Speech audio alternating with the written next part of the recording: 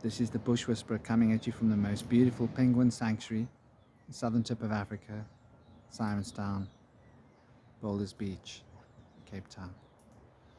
Come to talk to you today about the effects of causality in our lives, karma. Just exactly how karma manifests, its mechanisms, what it is.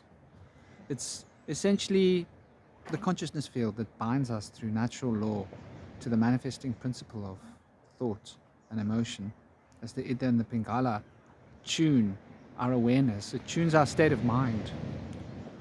And the state of mind that tunes us, or attunes us to the world, better way of putting it, is essentially what attracts like resonance. Depending on where we're at within ourselves will depend on what we attract from the world and the universe around us at large. And so it's fundamentally important to realize and to put into perspective that everything that happens to us is based on the law of resonance of attraction and repulsion. The things that we think we desire too much, or we place too much desired effect in the wrong field of consciousness, are the things that we will repel, push away from ourselves.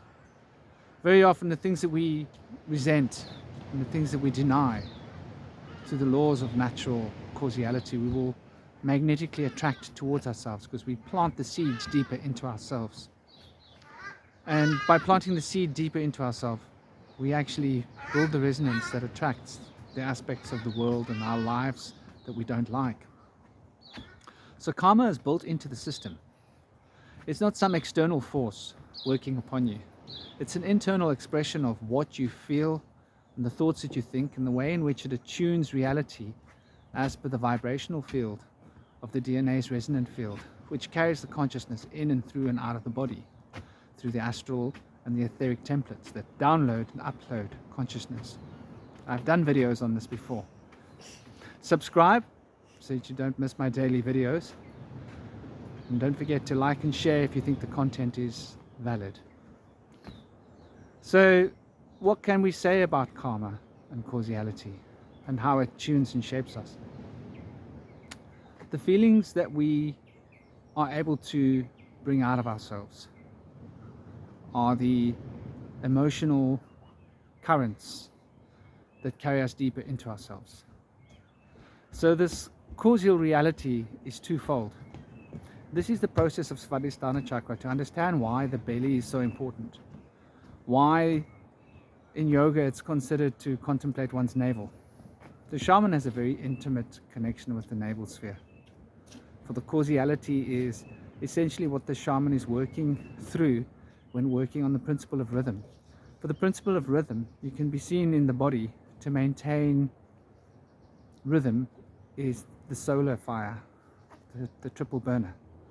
And all of the rhythms are maintained by the heat that's generated in the body to create physical energy so that there can be movement and channeling of energy in such a way.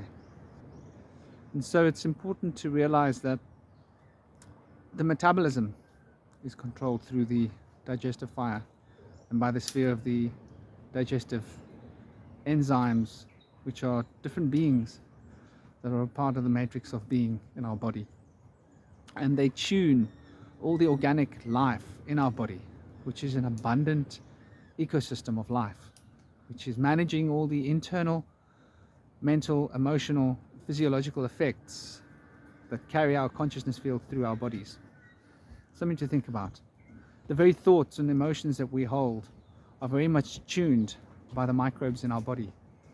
And so what we eat is actually quite fundamental to the state of mind that we're going to hold. And this is going to affect the kind of karma we attract to ourselves. Something to consider. So looking at the karma more closely, this is a reflection of the perfect mathematics within us. And the perfect mathematics within us is in accordance with the perfect mathematics around us. And obviously you'll hear people speaking about the phi spiral and how the pi fits into the phi, how the sacred math, or what was called math in ancient Egypt, is something to be considered where the word math actually comes from. The firmament, that which surrounds this world, this universe, the sphere of consciousness through which we find our expression. The aspect of water is the diamagnetic polarizing effect back to the navel, back to the consciousness field as it's experiencing the causal pulls and pushing forces. And this is where the chi finds its expression in the Chinese systems, or the ki in the Japanese systems. There's a little storage vessel just near to the Svadhisthana chakra called the hara in the Japanese, or the tantin in the Chinese schools. It's an actual organ that stores viscous fluids of the etheric substance, which is a fluid in the body, but this fluid is highly hormonal and electrical in the way that it works. It's got a lot to do with the conduction of the shen, or the consciousness field that is moving through the heart, which is the life force, the prana itself. And so understanding that what we do with our life force is going to make an imprint on this chi, on this ki energy, if you would. And this imprint is going to affect how we feel in terms of the passions, and how the passions are going to drive us, and what this is going to mean to our externalization of our consciousness field into the physical plane. Going to be affected in a very profound way by this. And to keep a deep understanding that everything that we attract in the universe is essentially what we are putting out from our consciousness field. For the causality is a pushing and pulling sensation. Perfect balance, perfect mathematics, perfect harmony of being is being expressed through the instrument of causality. And karma is how we enact this causality, and how it manifests through our aspects of our consciousness into the physical forms that we hold. Joshua, I need you to take a distance. You're bumping my arm. Thank you, my darling. So what we can experience in this world is essentially ourselves. It's very important to realize this and to understand this. There's nothing that you can experience that isn't yourself. There's nothing that you can experience that is beyond yourself. There's nothing that you can attract that doesn't come from yourself.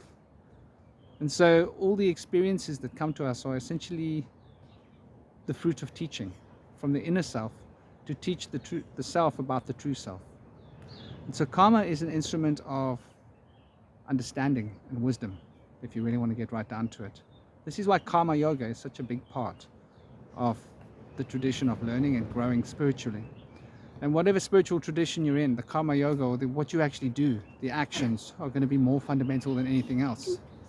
This is why the Buddha or Jesus or any of them actually had to teach us about the karma yogas and bring to us this deeper aspect of consciousness, so that we're able to tune in to what it is we're actually feeling, because that's the fundamental basis, the currency of manifestation. And these emotions are the key, which is why I just had a few stern words with my little boy, because he was with another little boy on the beach and he was being really rude to that little boy. He said some horrible things to him, and he was pulling the hair of my tiny little dog in the house this morning, and just being a total little sociopath, which is normal for 6-year-olds. They don't always know how to behave. It's parents that are supposed to help our children get the proper Svadhisthana imprint, so that the desire body becomes well tuned. If the desire body doesn't become well tuned, then we will lose our path.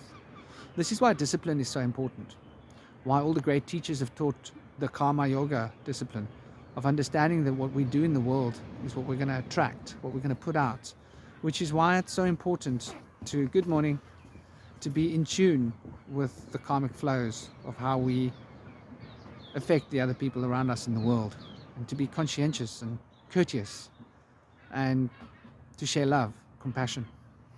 Because when we start to put this out, we start to bring it back towards ourselves, and thus brings peace, joy, and harmony, and all the positive aspects of consciousness back to us.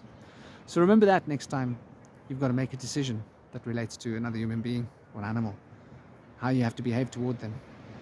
Discipline is important.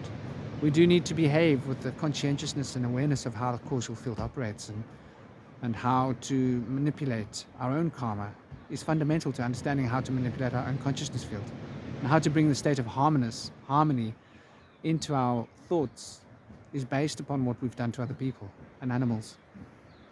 I hope this has been useful. I hope you have an absolutely gorgeous day. Enjoy the beautiful day. It's such a beautiful morning here. The sun's up. It's gorgeous. And yeah, don't forget to like, share and subscribe. Enjoy your day and realize that everything that you're attracting in the universe has got to do with the magnetic effect of the consciousness field and the electromagnetic spectrum around you, and that your thoughts and your emotions and your passions are driving the whole ship of consciousness through the ocean of life. And the waves and the currents are based on your navigation. The way you choose to navigate through the ocean of life is based on your inner decisions. Keep it real, keep it sweet. Take care. Om Shanti Shanti Shanti.